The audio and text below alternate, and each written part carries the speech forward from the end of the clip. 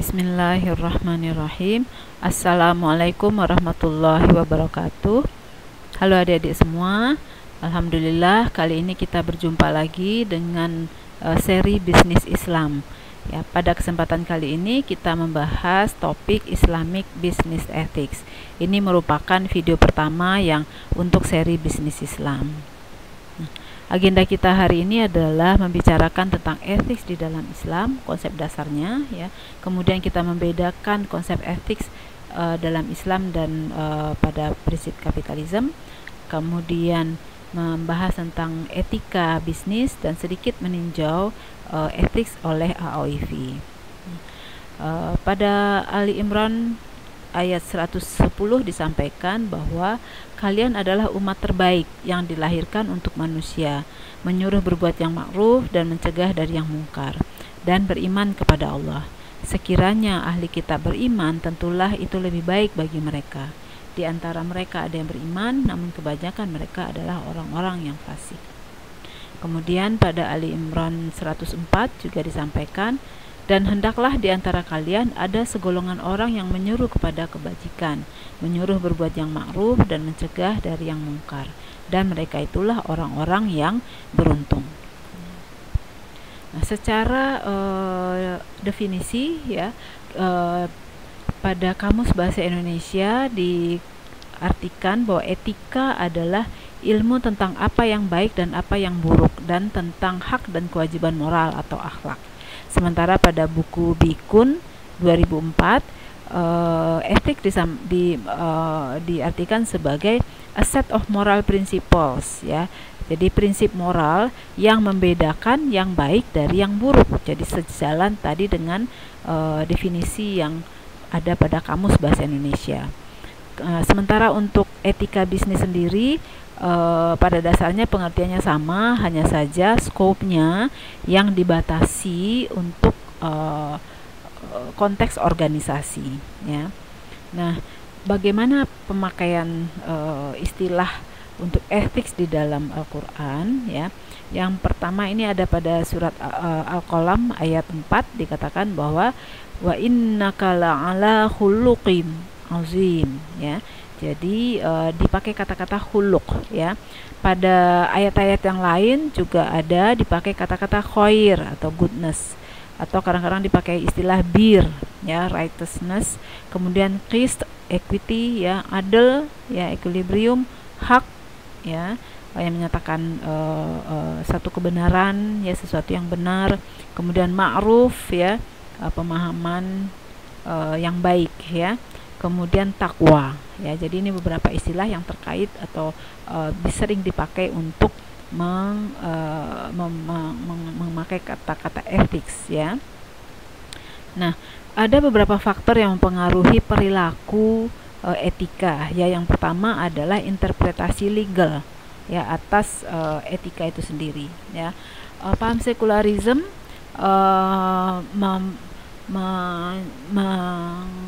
melihat ini sebagai nilai yang kontemporer, ya, nilai yang baru. Kemudian pada Islamic worldview, pada pandangan Islam, interpretasi ini diartikan berdasarkan syariah dan fikih, ya. Sementara pada sekularisme ini diartikan sesuai dengan pemahaman terakhir yang ada pada mereka, gitu, ya.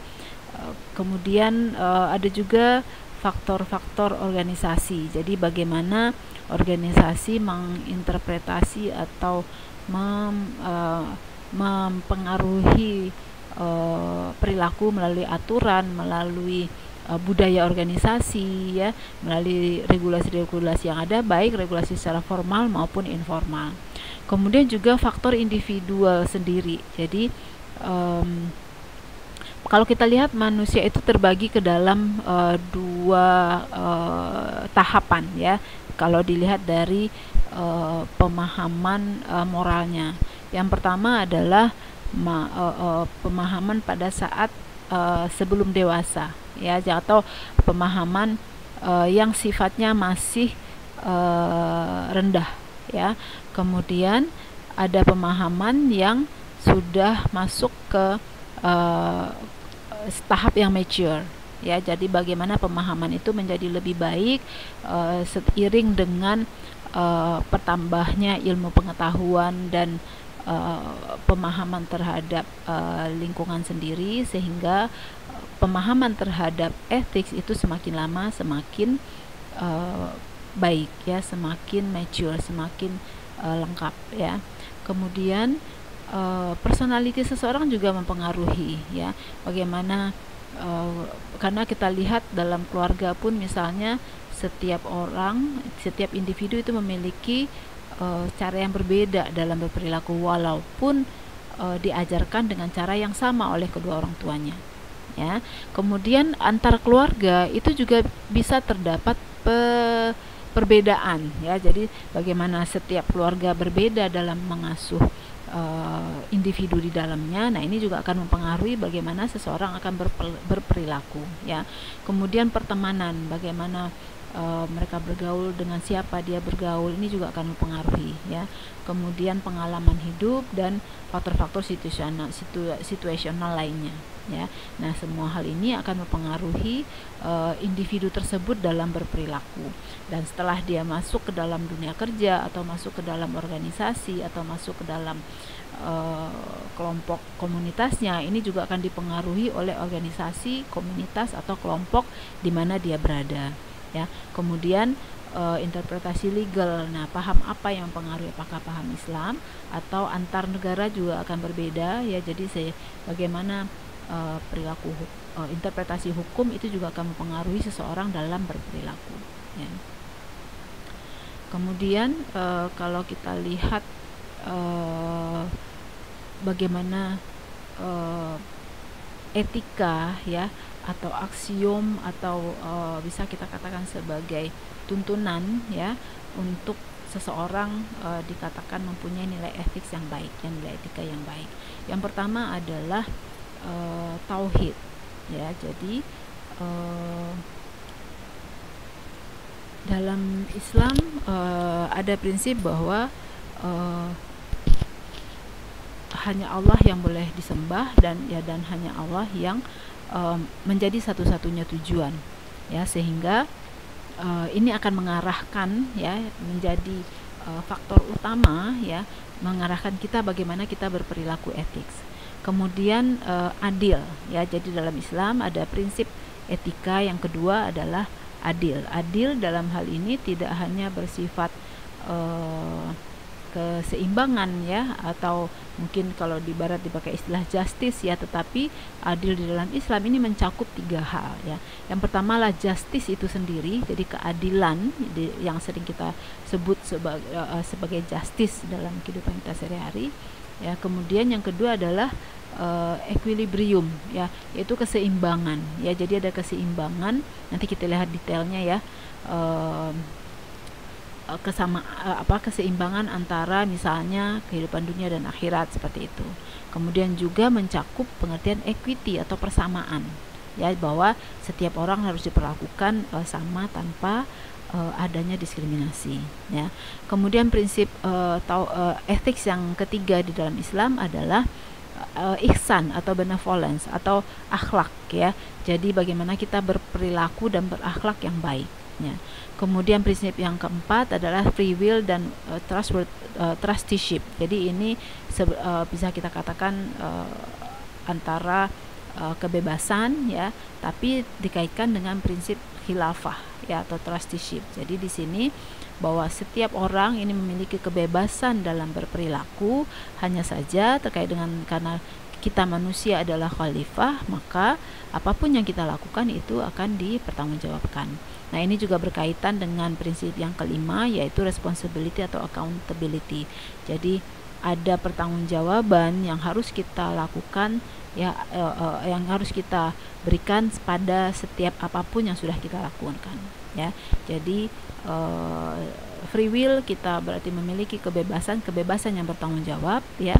Dan di prinsip yang kelima fokus kepada bagaimana pertanggungjawaban harus dilakukan oleh setiap individu atas apa yang dia sudah lakukan ya.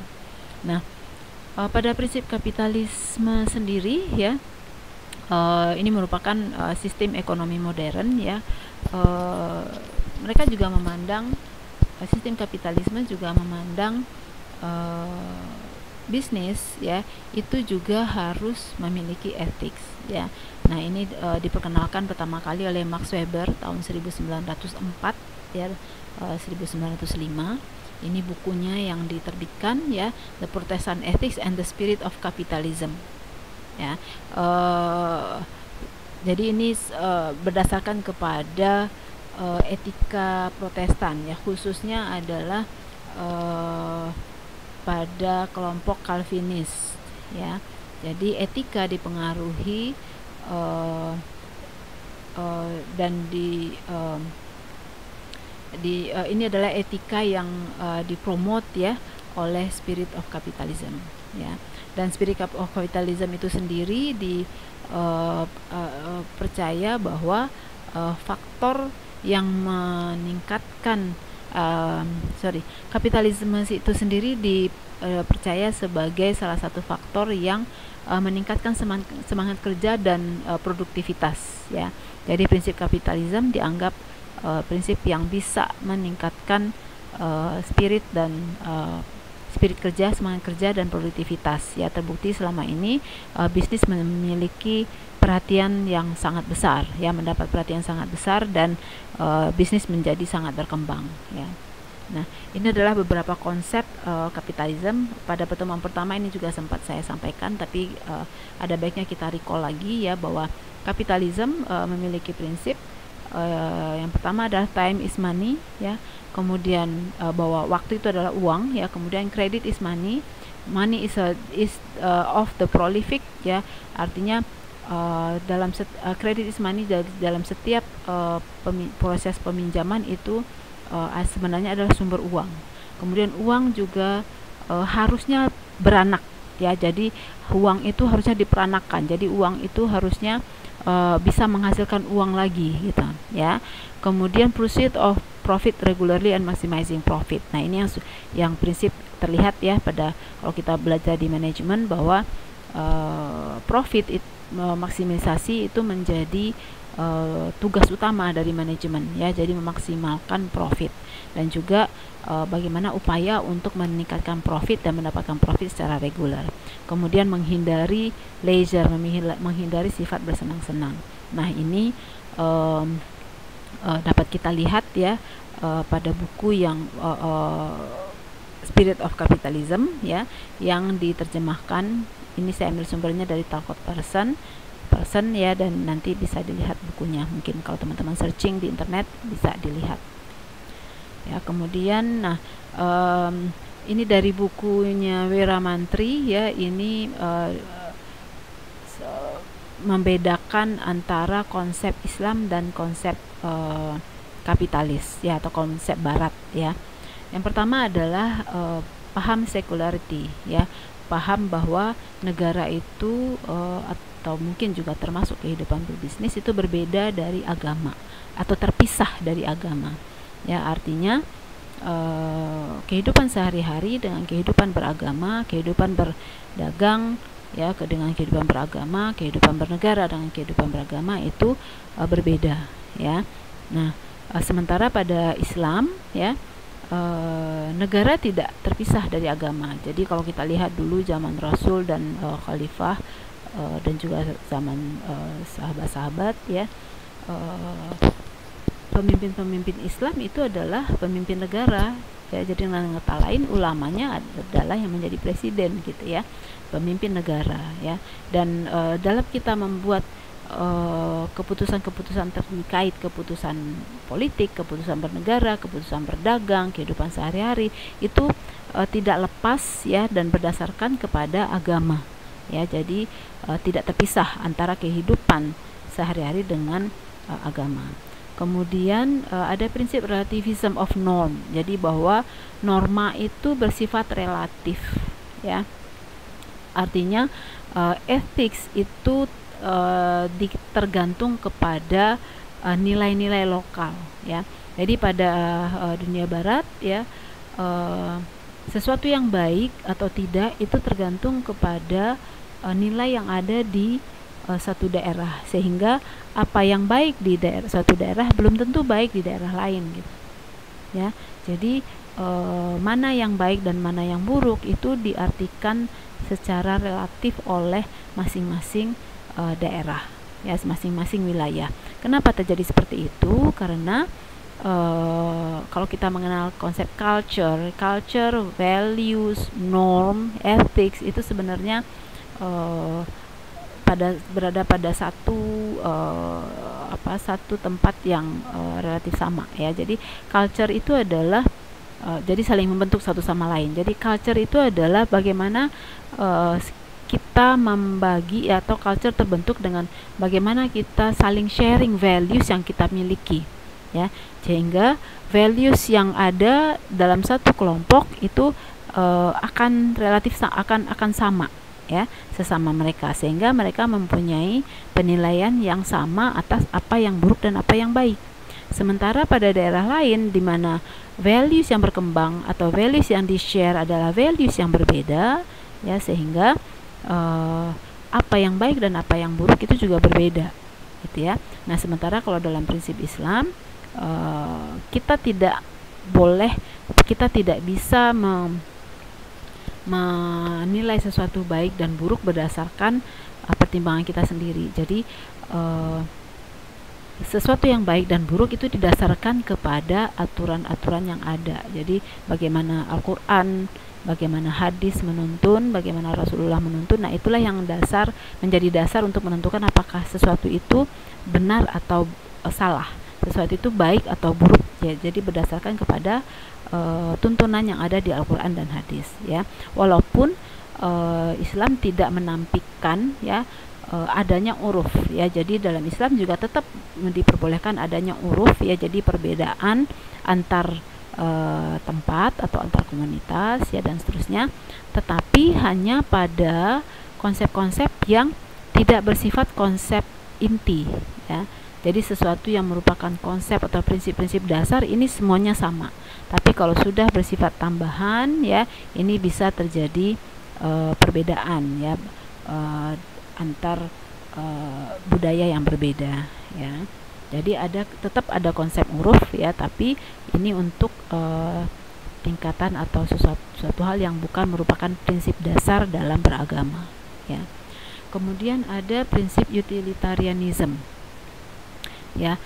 Utilitarianism ini menyatakan atau memiliki konsep bahwa sesuatu itu benar atau buruk ya, benar atau baik itu didasarkan kepada maksimisasi hasil ya, maksimisasi hasil. Jadi kalau misalnya hasilnya itu mendatangkan kebaikan bagi masyarakat secara umum gitu ya, memberikan nilai tambah bagi masyarakat umum, maka itu adalah suatu hal yang baik ya. Dan juga lebih didasarkan kepada hasil ya. Sementara pada prinsip Islam yang pertama, kita tidak hanya melihat hasil ya, tapi juga melihat proses ya. Yang kedua juga perlu adanya niat ya. Jadi niat sangat mempengaruhi ya. Hal ini juga hampir mirip dengan konsep universalism. Pada universalism fokusnya adalah pada tugas, kewajiban. Jadi kalau kita melakukan kewajiban kita dengan baik, berarti kita sudah melakukan hal yang benar gitu ya. Jadi diukur kepada kinerja yang didasarkan pada tugas kita masing-masing ya. Sementara pada Islam kita tidak hanya melihat tugasnya apa, aturannya apa ya, sehingga penilaian kinerjanya seperti apa, enggak, tapi juga di situ ada niat yang mempengaruhi gitu ya. Dan niat ini juga bisa mempengaruhi artinya atau nilainya dari sesuatu hal yang kita lakukan ya. Kemudian juga prinsip eternal law ya. Eternal law ini adalah konsep predestination, artinya kehidupan akhirat ya. Nah, kondisi pada kehidupan akhirat itu dalam Islam tergantung kepada amal masing-masing ya. Bagaimana kita menjalani hidup masing-masing, bagaimana kita beribadah kepada Allah ya, itu akan mempengaruhi bagaimana kondisi kita di hari akhir. Sementara pada konsep barat, sebagiannya bahkan melihat tidak ada hari akhir, ya. Tapi kalau kita lihat dari sebagian besar, ya, karena juga setiap agama juga banyak agama yang juga mengajarkan ada konsep predestination ini. Nah, pada kapitalisme, ya, yang tadi berdasarkan paham agama juga dasarnya sebenarnya, ya. Nah, ini tetap ada juga konsep eternal law, ya. Jadi ada konsep predestination juga, hanya saja pada konteks yang sedikit berbeda.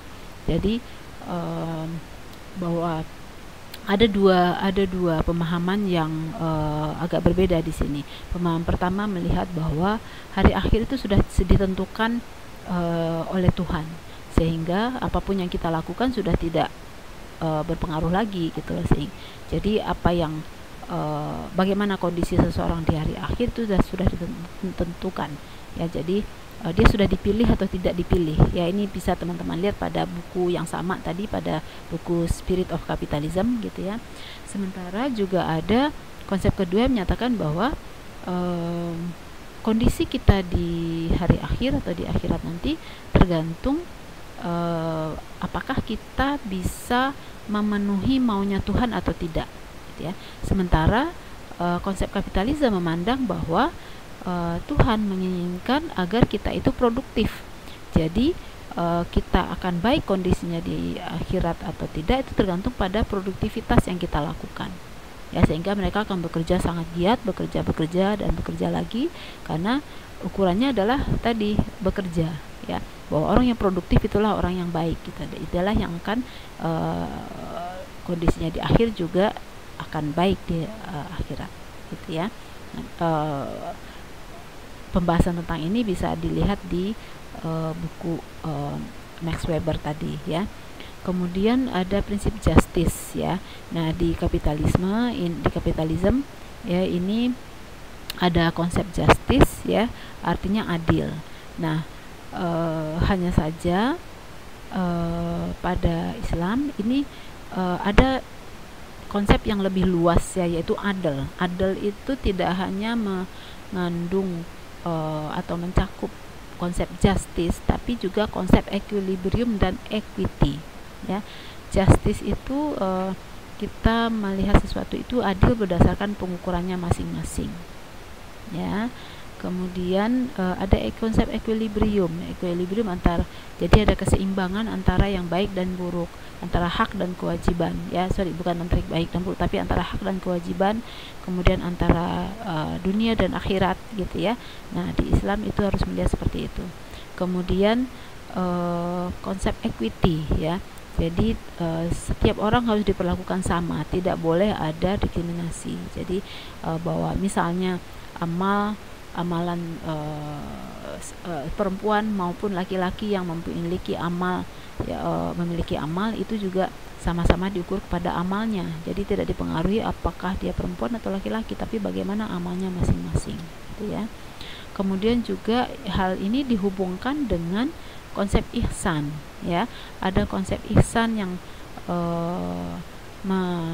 mempengaruhinya, ya. Jadi apakah sesuatu itu baik atau buruk juga dipengaruhi oleh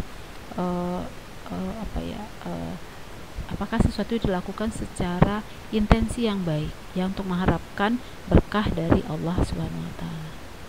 Ya, kemudian ada konsep hak asasi, ya. Nah, pada prinsip kapitalis hak asasi lebih diartikan sebagai hak untuk memiliki, hak untuk memilih, dan hak untuk melakukan sesuatu secara absolut. Jadi setiap orang mempunyai hak, ya, atas apa yang dia punyai, atas apa yang dia lakukan, ya. Sementara dalam Islam, ya, hak asasi justru tidak ditekankan kepada haknya, tapi lebih ditekankan kepada obligationnya, kewajibannya. Jadi setiap orang harus melakukan kewajibannya kepada orang lain. Nah, apabila seseorang sudah melakukan kewajibannya terhadap orang lain, maka orang itu akan mendapatkan haknya. Ya, jadi justru dilihat dari sebaliknya, ya. Jadi apabila seseorang melakukan kewajibannya dengan baik, maka setiap orang akan mendapatkan haknya. gitu ya. Jadi agak sedikit berbeda ya. Kemudian dalam Islam juga kita tidak bisa melakukan apapun tanpa dibatasi oleh sesuatu atas aset yang kita punya, atas harta yang kita miliki, atau atas apa yang kita lakukan. Karena dalam kita melakukan sesuatu, kita harus melihat apakah yang kita lakukan ini melanggar hak orang atau tidak gitu ya. Apakah yang kita lakukan ini mengganggu orang, menyakiti orang atau tidak ya. Dan juga dalam memiliki barang, atas harta yang kita miliki itu ada haknya orang lain ya, ada haknya fakir miskin, ada haknya anak yatim yang harus disantuni, seperti itu ya. Kemudian ada property right ya. Jadi ada konsep property right ya di dalam kapitalis ya, bahwa setiap orang memiliki hak atas aset yang dia punya ya. Sementara pada Islam ada konsep tidak ada kepemilikan yang absolut atas manusia, karena kepemilikan absolut itu adalah haknya Allah gitu ya. Jadi apapun yang kita miliki adalah hak atau kepemilikan secara sementara dan terbatas ya. Sementara kepemilikan yang betul-betul kepemilikan selamanya dan kepemilikan yang secara absolut boleh melakukan apapun itu hanyalah Allah ya. Nah, ini adalah perbedaan-perbedaan konsep antara kapitalis dan bisnis Islam ya. Kemudian bisnis ini juga harus memasukkan Islamic values dalam setiap aktivitasnya ya. Aktivitas bisnis ataupun organisasi, termasuk organisasi non bisnis gitu ya, sehingga kita harus memasukkan Islamic values dalam setiap fungsi manajemen, dari fungsi pemasaran, fungsi produksi, fungsi keuangan, administrasi, human resources ya, finance. Ini juga harus memasukkan Islamic values di dalam pengaturannya ya. Kemudian juga ada prinsip kepemimpinan ya. Jadi bahwa pemimpin itu harus membuat keputusan ya, dan harus memperhatikan segala aspek secara integral di dalam keputusan yang dibuat ya. Kemudian juga misalnya pada manajemen human resources, kemudian dalam pelaporan dan seterusnya, ini harus memasukkan nilai-nilai Islam di dalamnya ya. Nah, kalau kita lihat etika di dalam Islam itu ada etika individu, jadi setiap individu mempunyai etikanya masing-masing. Kemudian setiap keluarga itu juga punya etikanya masing-masing, dan masyarakat juga punya etikanya masing-masing ya. Jadi misalnya seseorang tidak boleh memasuki rumah orang lain ya tanpa izin misalnya ya. Jadi ada perilaku terhadap individu ya, ada perilaku ada tuntunan etik di dalam keluarga dan juga dalam bermasyarakat ya. Oke, nah ini adalah beberapa guidance ya dalam etika secara umum ya, guidance etika secara umum di dalam bisnis. Yang pertama adalah bahwa harus jujur ya, jujur dan dapat dipercaya ya, amanah gitu ya. Nah, ini juga sangat berpengaruh sekarang, baik ke dalam materi kalau kita melihat konsep governance ya, bahkan di dalam akuntansi misalnya itu juga terdapat perubahan ya, bahwa kejujuran, faithfulness representation ya, penyajian apa adanya, ini bahkan sekarang menggantikan konsep reliability di dalam prinsip Islam ya, prinsip pelaporan akuntansi ya. Kemudian juga menghargai kontrak ya, jadi harus patuh terhadap kontrak. Kemudian mencintai Allah harus lebih besar daripada mencintai perdagangan dan harta ya. Ya, kemudian juga ya kalau kita lihat di Taubah 924 ataupun di Al-Jumu'ah ya ayat 9 ya, bahwa kalau sudah dipanggil sholat Jumat, maka dahulukanlah sholat Jumat, tinggalkanlah perdagangan, ya. Kemudian setelah sholat boleh kembali lagi berdagang, tapi artinya tinggalkan dulu perdagangan itu, dahulukan kecintaan kepada Allah, ya. Kemudian rendah hati, ya, dan sederhana. Sederhana artinya kita tidak membuat prosedur yang kompleks, ya. Jadi kalau kita lihat saat ini juga dalam pemerintahan ini terjadi simplifikasi dalam proses birokrasi misalnya, gitu ya. Nah, ini juga salah satu konsep yang sejalan dengan prinsip Islam, ya. Kemudian konsep saling menguntungkan, ya. Jadi saling menguntungkan antara pihak-pihak yang saling bertransaksi, ya. Kemudian mencegah terjadinya fraud, ya, karena fraud ini satu hal yang sangat merugikan, tidak hanya bagi pemilik perusahaan, ya, tapi bagi masyarakat, bagi tenaga kerja, bagi karyawan, ya, bagi banyak pihak, ya. Ini fraud ini sangat berpengaruh, ya. Di tahun 2000 itu sangat besar pengaruhnya, terlihat di situ juga negara-negara banyak berubah, kemudian memakai IFRS, ya. Kemudian juga munculnya Sarbanes-Oxley di Amerika, ya. Ini juga pemicunya adalah karena banyaknya fraud yang mengakibatkan banyak sekali perusahaan-perusahaan yang kolaps pada tahun-tahun 2000 awal seperti itu, ya. Kemudian mencegah adanya suap, ya. Jadi tidak boleh suap, korupsi, gitu, ya. Nah, ini adalah guideline untuk etika, ya, di dalam berbisnis, ya. Nah, kalau kita lihat di dalam finance, ya, ini salah satu contoh aplikasinya, ya. Di dalam finance itu etikanya adalah truthful dan kejujuran dan dapat dipercaya, ya. Kemudian tingkat profesionalisme, ya, efektivitas yang harus tinggi, ya. Kemudian integritas, ya. Kemudian mencari mardatillah, ya, mencari ridha Allah, dan akuntabilitas, ya. Ini terlihat sangat berpengaruh kepada Islamic finance, ya. Nah, ini etika-etika yang harus dijalankan, ya. Di dalam marketing misalnya ada kejujuran, ya, artinya kalau kita mempromosikan sesuatu jangan sampai membohongi masyarakat atas apa yang kita pasarkan, gitu, ya.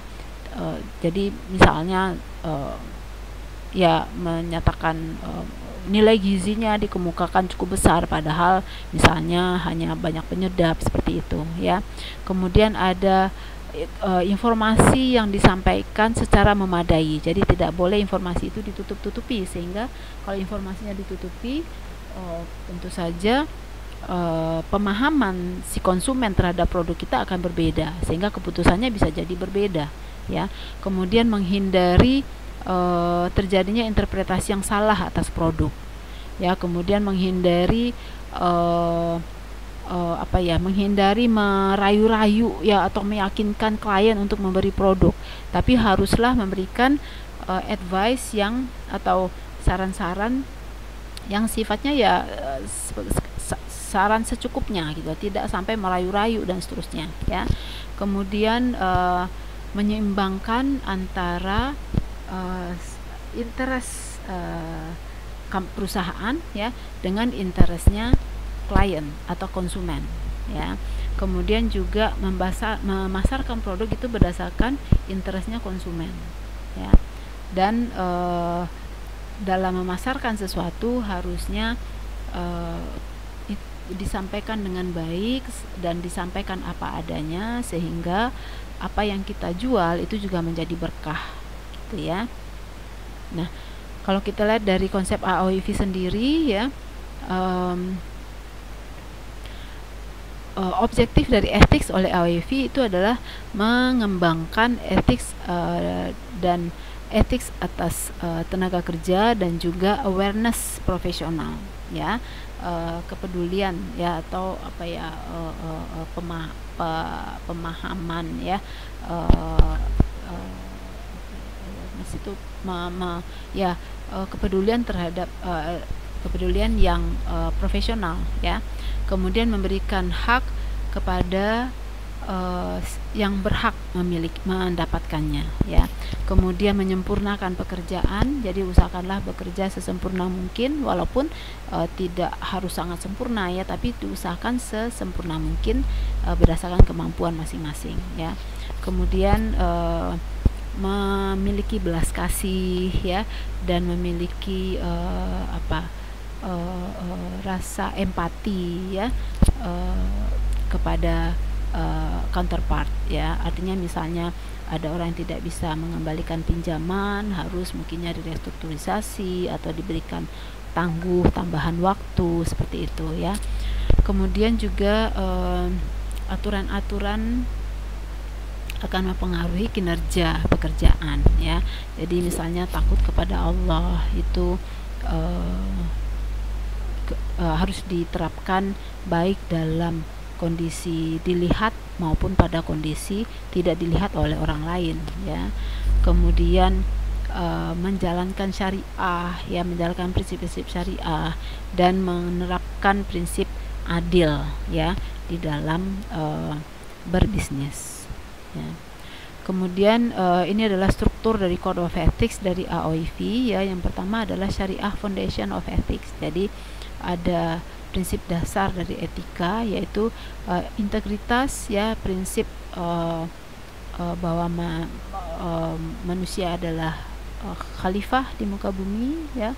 Kemudian belas kasih, ya, empati, ya, dan melakukan pekerjaan sebaik mungkin, ya, takut kepada Allah, ya, kemudian mempertanggungjawabkan apa yang dilakukan kepada Allah, ya. Kemudian prinsip etik untuk karyawan, ya. Jadi karyawan haruslah bisa dipercaya, kemudian melakukan sesuatu berdasarkan tugasnya masing-masing dan otoritasnya masing-masing, ya. Kemudian profesionalisme yang kompeten, ya, kemudian rajin, ya, jadi harus memiliki keahlian yang cukup, ya, sehingga juga harus meningkatkan ilmu pengetahuan dan skill-skill, ya, sehingga kita bisa menyesuaikan dengan standar teknis yang ada, ya. Kemudian ada ethical conduct untuk employee. Ini adalah self-motivated rules, ya, yang dipengaruhi oleh kinerja pekerjaan, ya. Kemudian aturan-aturan, ya, yang terkait dengan pemegang saham, ya, bagi manajer dan bagi employee sendiri, ya. Kemudian aturan-aturan, ya, yang dikeluarkan oleh perusahaan ini harus dipatuhi, ya. Nah, kalau pada IFSB sendiri ini Code of Ethics yang ada, ya, jadi tidak jauh berbeda dengan yang lain, ya, dapat dipercaya, jujur, fairness, ya. Jadi kita lihat bahwa kejujuran dan dapat dipercaya ini selalu menjadi Code of Ethics yang utama, ya. Kemudian rajin, peduli, ya. Kemudian kemampuan, ya, kinerja kita, ya. Kemudian informasi klien bagi klien, ya. Kemudian informasi tentang klien bagi klien, ya, dan konflik of interest, ya, antara pekerjaan dengan antara kepentingan perusahaan dengan kepentingan sendiri itu juga harus diseimbangkan, ya. Jangan sampai terjadi konflik of interest, artinya kita melakukan pekerjaan yang menguntungkan diri kita sendiri tapi merugikan perusahaan, ya. Kemudian kepatuhan terhadap syariah, ya. Sampai di sini dulu materi kita untuk konsep bisnis ethics ini. Terima kasih banyak, mudah-mudahan bermanfaat, ya. Terima kasih. Assalamualaikum warahmatullahi wabarakatuh.